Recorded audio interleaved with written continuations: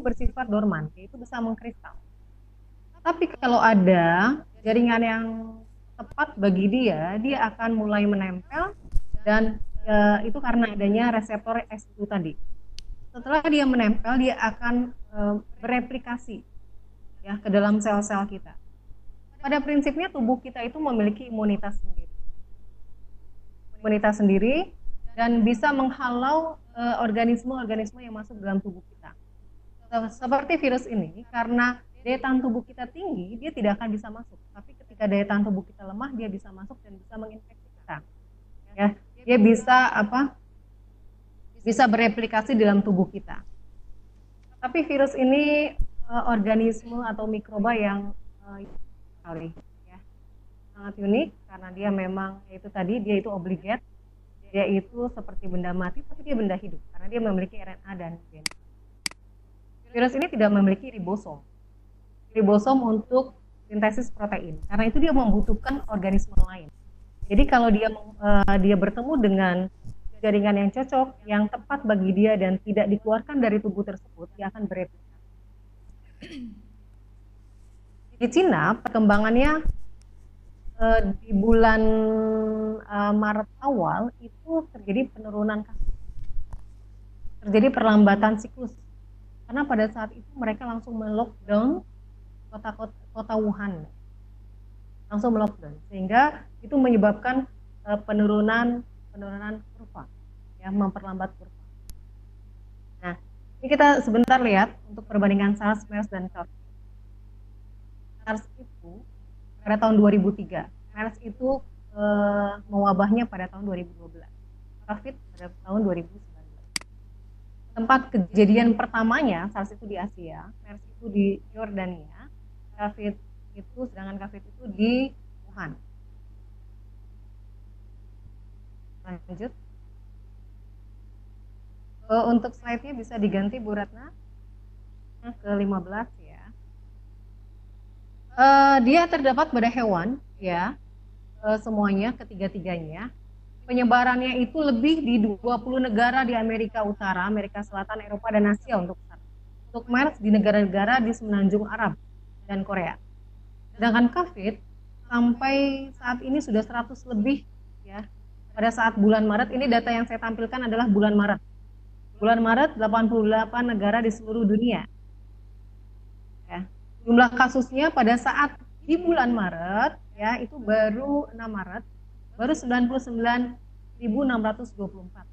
Sekarang sudah menawar. Laju kematiannya ini yang unik. Laju kematiannya untuk SARS itu 10%, untuk MERS 30-40%, dan COVID itu 3%. Tingkat fatality-nya itu lebih tinggi MERS dibandingkan COVID. Lebih mematikan MERS. Hanya saja kalau MERS dia mematikan, tapi dia tidak bersifat sporadis. Dia tidak dia menginfeksi dia menginfeksi dulu baru menyebarkan. Sedangkan COVID ini menyebarkan dulu baru dia terinfeksi. Jadi bisa saja kita itu ternyata membawa ODP ya. Maka itu dibutuhkan disiplin. Kita akan bahas ya. Masa inkubasi dari SARS itu 10 hari, MERS itu 5 hari, sedangkan COVID-19 ini 2-14 hari. Rata-rata 5 hari. Itulah kenapa orang yang ODP itu harus mengisolasi diri atau mengkarantina itu selama kurang lebih 14 hari untuk melihat gejala-gejala yang ditimbulkan. Nah, ini case fatality-nya berdasarkan kelompok umur pada pada bulan Maret. Dari 10 sampai 19 dari umur 10 sampai 19 itu 0,2%. Paling banyak itu fatality-nya di umur yang sudah lanjut. Ya. Kenapa? Karena umur yang sudah lanjut itu mungkin sudah banyak penyakit bawaan ya. Jadi yang bisa menyebabkan atau mempercepat ya, infeksi yang terjadi. Tetapi setelah dilihat ternyata bukan hanya orang yang berumur di atas 10 tahun, tapi justru penyebarannya ini bisa cepat kepada para remaja karena mobilitas remaja itu paling tinggi dibandingkan orang-orang yang kelompok umurnya lebih lanjut. Jadi itu mengapa sekarang sekolah-sekolah langsung diliburkan, ya? Karena memang mobilitas ini sangat berbahaya. Ini statistik kota Wuhan ya. Di bawah ini ada yang tahu ini apa? Jembatan apa ini? Kota Wuhan itu seperti Jakarta. Bukan jembatan Semanggi Ada di ya? tengah-tengah. Ini emang Semanggi bawahnya. Oh gitu ya. Lanjut, lanjut. Yang oke, lihat ya. Nah, ini memang Semanggi ya. Nah, kota Wuhan itu di tengah-tengah kota. Jadi ketika dia dari kota mana dia akan melintasi kota Wuhan seperti Jakarta. Ya, karena itu langsung di lockdown oleh pemerintah. Hubungan transportasi darat melalui Wuhan, udara melalui Wuhan dan lain sebagainya. Ya, makanya langsung di lockdown. Lanjut, Bu. Oke. Nah, ini pada data per 18 Maret 2020. Ya. Pada tanggal 7 Maret Indonesia, pemerintah kita baru menyatakan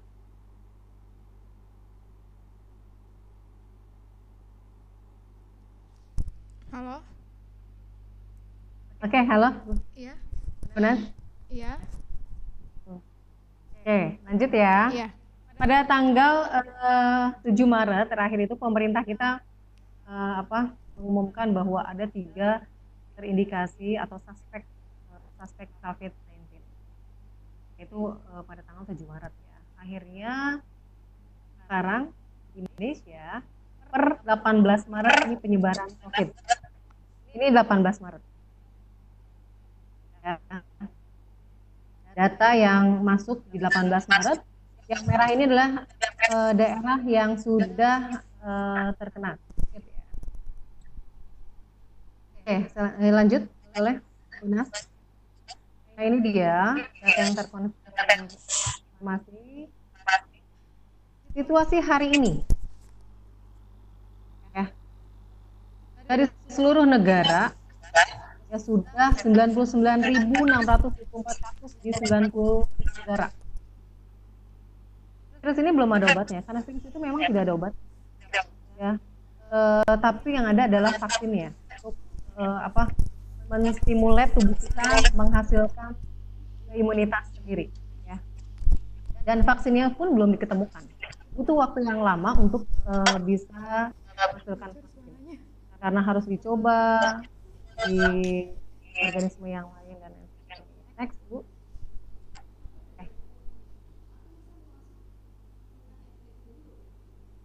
Baik, Bu Nas, next. Ya. Oke. Ya, sebelumnya Bu Nas. Ini? Ya. Ini dia. Itu data sebelumnya ini ya. Mohon maaf, yang saya tampilkan ini adalah data pada saat bulan Maret. Nextnya adalah data sekarang. Kalau kita lihat ya di line yang ini setiap hari itu terdapat berita-berita tentang ini. Oh ya, terjadi kasus sekian. Apakah takut? Apakah bagaimana? Kita akan bahas.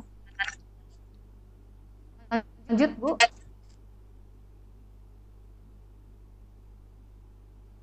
Ya, ini dia data sekarang ya.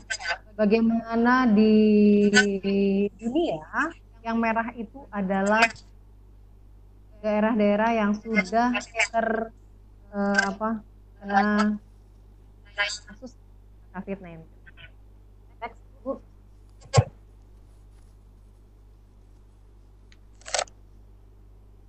Oke. Lalu apa yang harus kita lakukan?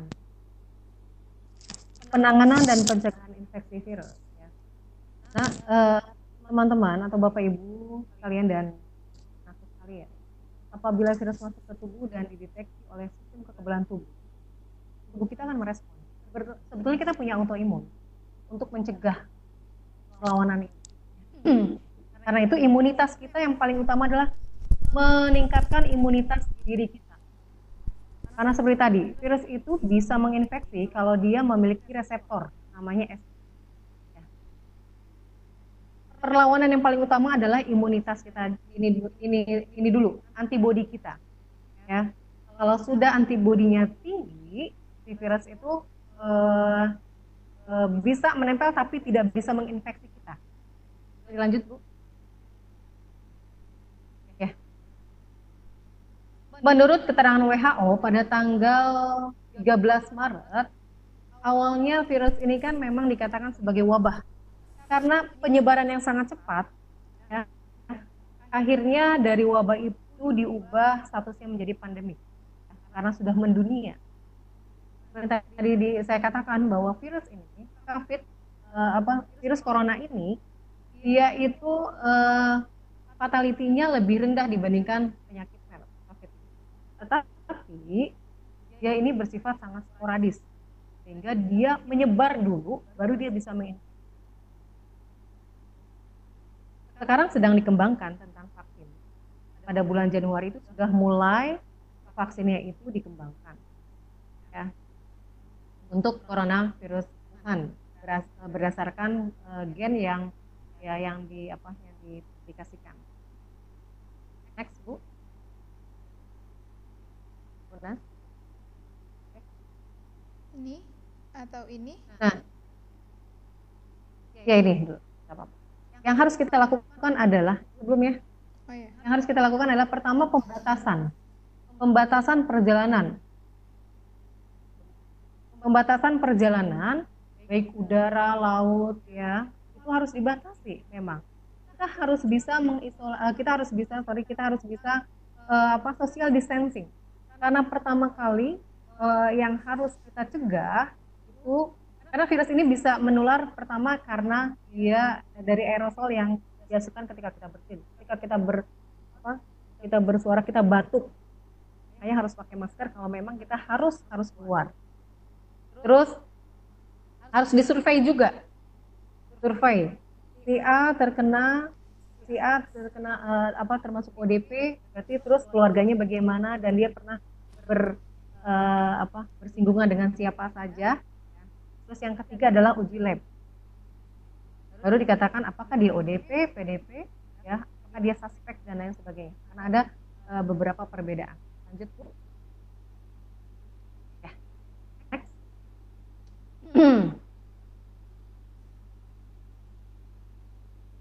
Oke. Lanjut. Bapak Ibu, teman sekalian, menurut WHO ini 10 cara mencegah penyebaran corona atau COVID-19 dari WHO. Pertama, tentunya kita harus membersihkan diri. Sering-sering cuci tangan dan perhatikan sanitasi. Kalau memang sangat diperlukan kita memakai hand sanitizer. Alhamdulillah dalam Islam kita setiap hari menjaga kebersihan dengan berwudu 5 kali sehari. Paling tidak itu bisa meluruhkan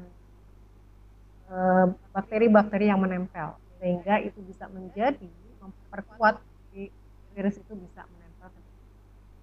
Yang paling utama lagi adalah menjaga imunitas, harus ditingkatkan, harus istirahat yang cukup, makan makanan yang bergizi, ya, itu sudah pasti, makan buah, makan sayuran. Kebersihan rumah harus ditingkatkan juga, pilih makanan untuk dikonsumsi, bukan hanya junk food saja.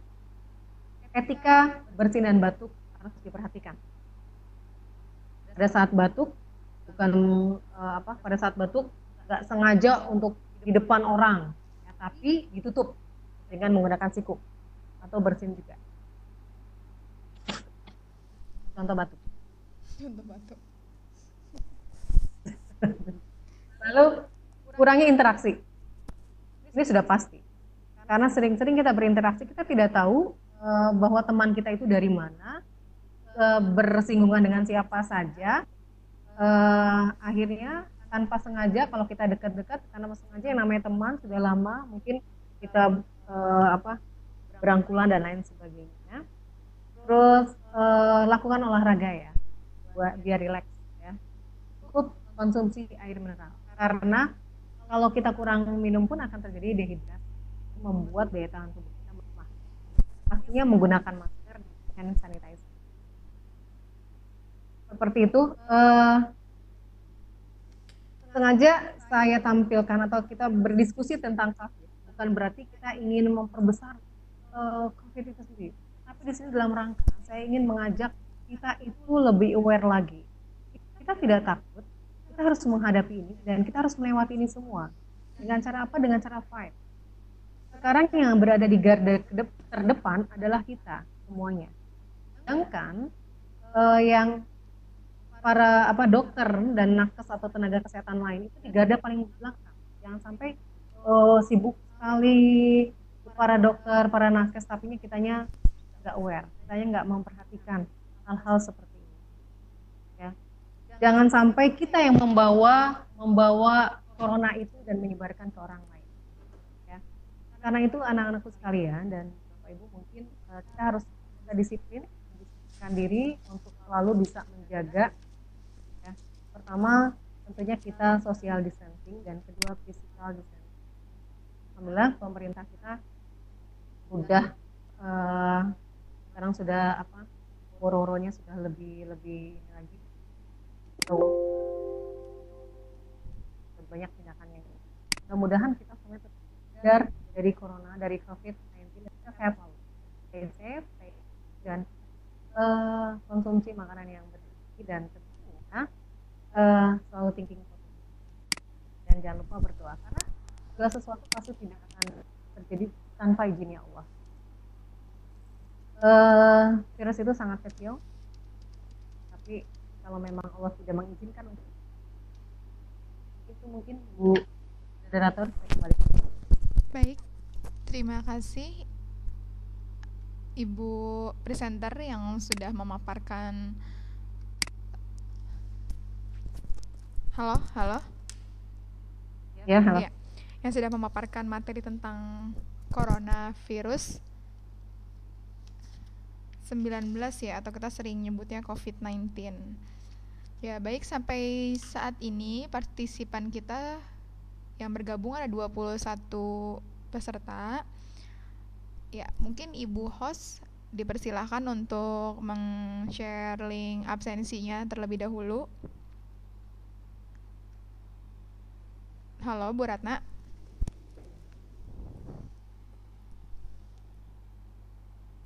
Tunggu. Iya. Ya, halo. Tunggu. Iya. Oke, saya share lagi. Tadi Ya, saya nge-share-nya ke baru teman-teman yang ingin bertanya jawab bisa diketik ya di sini di kolom chat to everyone. Ya. Luar biasa ya. Berarti kayaknya nih teman-teman partisipan sudah sangat paham nih Ibu presenter. Soalnya Alhamdulillah tidak ada pertanyaan. memang Iya. ya. Ya, kalau saya yang bertanya, boleh nggak Ibu sambil nunggu Enggak, teman-teman enggak. ya? Iya. Oke.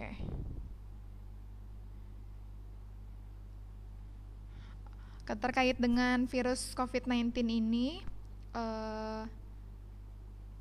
tadi kan Bu presenter menyampaikan kita tidak boleh takut, tapi lebih bersikap aware gitu terhadap kebersihan, kemudian pemilihan makanan yang bergizi, kemudian kesehatan olahraga yang cukup, juga seperti itu. Halo, Ibu presenter? Ya. Iya. Saya mendengarkan. Iya. Jadi pertanyaannya, Allah nih presenternya minum. iya. Oke, kalau dari Ibu presenter sendiri melihat tentang lockdown itu sebenarnya positif atau tidak ya?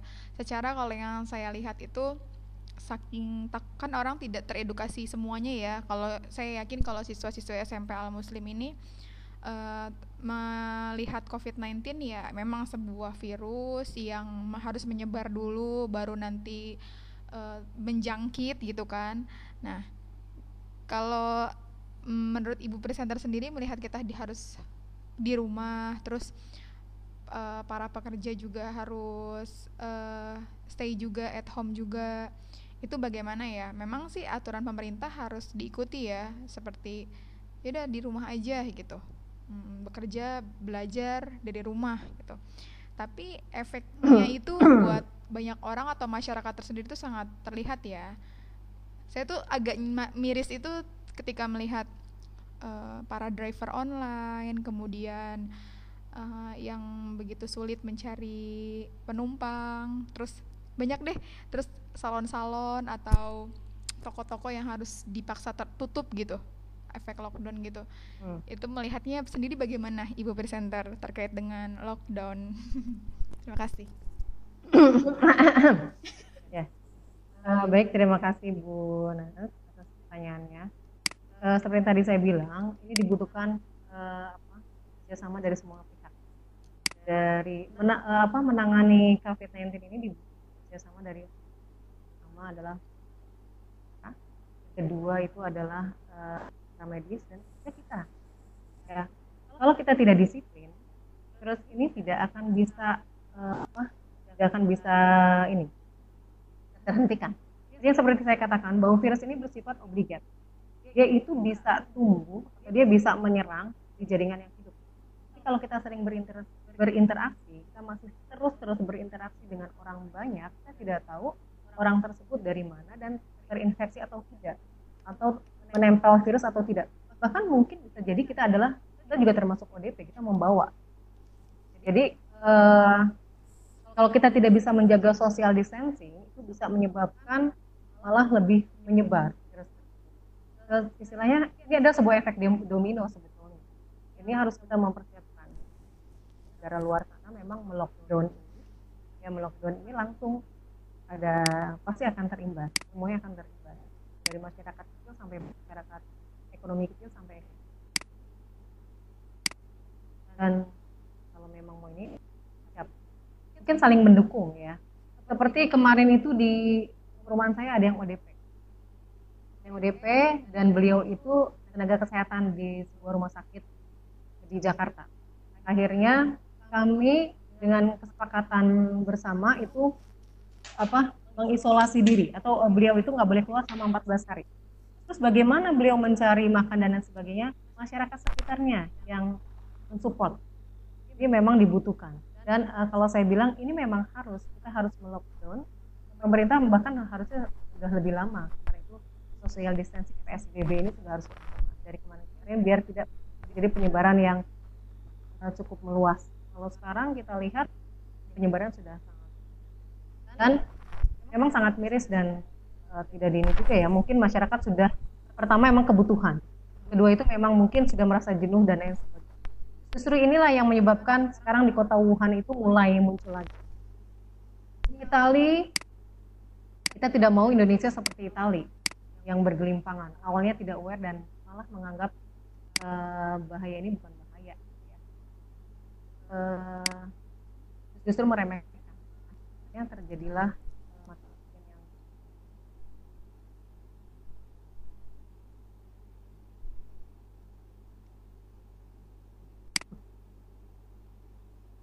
Bu moderator?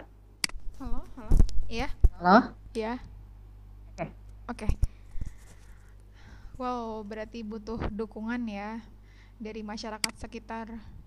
Memang kita semua sambil tinggal beberapa hari lagi ya kita menuju bulan Ramadan gitu ya Bu Ibu dan Bu Ratna dan teman-teman semua. Saya memang banyak terenyuh gitu ya dengan wabah ini gitu ya. Setelah wabah ini begitu menjadi perhatian banyak pihak gitu ya, banyak orang yang kalau saya lihat tuh di depan perumahan itu ada yang setiap hari ya, jadi setiap hari itu jam 10 sampai jam 12 siang itu Bu Ibu ada pembagian nasi kotak gitu.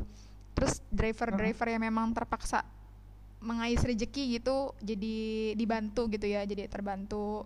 Terus juga ada yang tiba-tiba tergerak gitu untuk menjual barang-barangnya gitu. Terus uangnya pasti ada ya? Iya, uangnya itu dibelikan alat-alat medis gitu, seperti masker, hand sanitizer, kemudian alat pelindungan diri itu kayak gitu. Luar biasa sih. itu bentuk dukungan masyarakat ya tentunya. Dan teman-teman yang partisipan di sini kan banyaknya siswa-siswi ya. Ya, saya sih lebih melihatnya, atau dari Bu Ipur sendiri deh pesan-pesannya untuk teman-teman partisipan yang paling banyak nih, siswa-siswi ya, untuk diberikan Betul. wejangan apa gitu selama berada di rumah. Baik, terima kasih Bu Nas. Ya, pertama tentunya kita menjaga diri kita dan keluarga dulu ya, dari supaya kita tidak tertular, tidak menulari. Itu yang pertama. Yang kedua, pasti wabah ini memiliki dampak, dan dampak itu sangat kuat. Dampak perekonomian. Banyak sekali karyawan-karyawan yang sudah di rumah. Banyak sekali penjajah keliling, ya, dagang keliling yang sepi pembeli, itu banyak sekali ya. Itu sudah banyak dikeluhkan. Kita harus bisa menghasilkan karya positif. Kita harus lebih care lagi. Kita harus lebih menggali rasa peduli kita lagi. Ya. Mumpung betul yang dibilang Bu Nas, menghadapi bulan yang penuh berkah di sini, kita saat kita ya mungkin kalau kita kelebihan sedikit ya kita bisa memberikan donasi ke orang-orang yang tepat.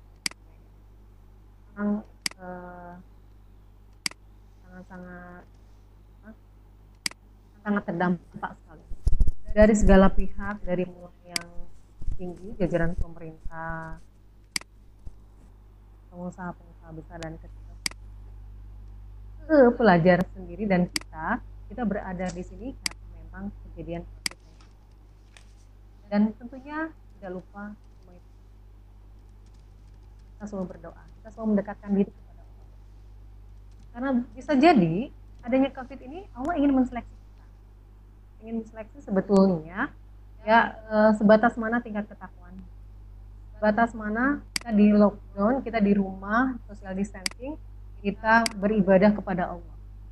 Sebagaimana kita harus, saya bilang, khauf dan roja. Khauf itu kita takutnya bukan kepada kafirnya, tapi kepada Allah. Bila mana Allah mungkin tidak mengangkat COVID-19 ini. Roja di sinilah kita penuh berharap kepada Allah. Semoga Allah mengabulkan doa-doa kita semua untuk segera menyegerakan pandemik yang terjadi di negara kita dan di dunia.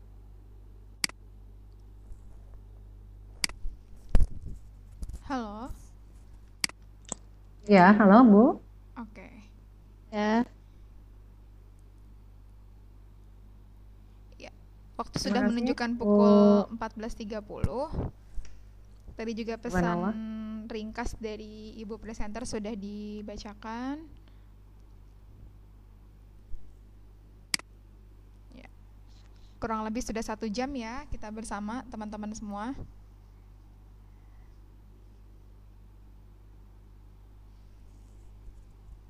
Halo, Bu Ipu. Ya, mangga. Ya, oke. Saya mendengar. Oke. Iya.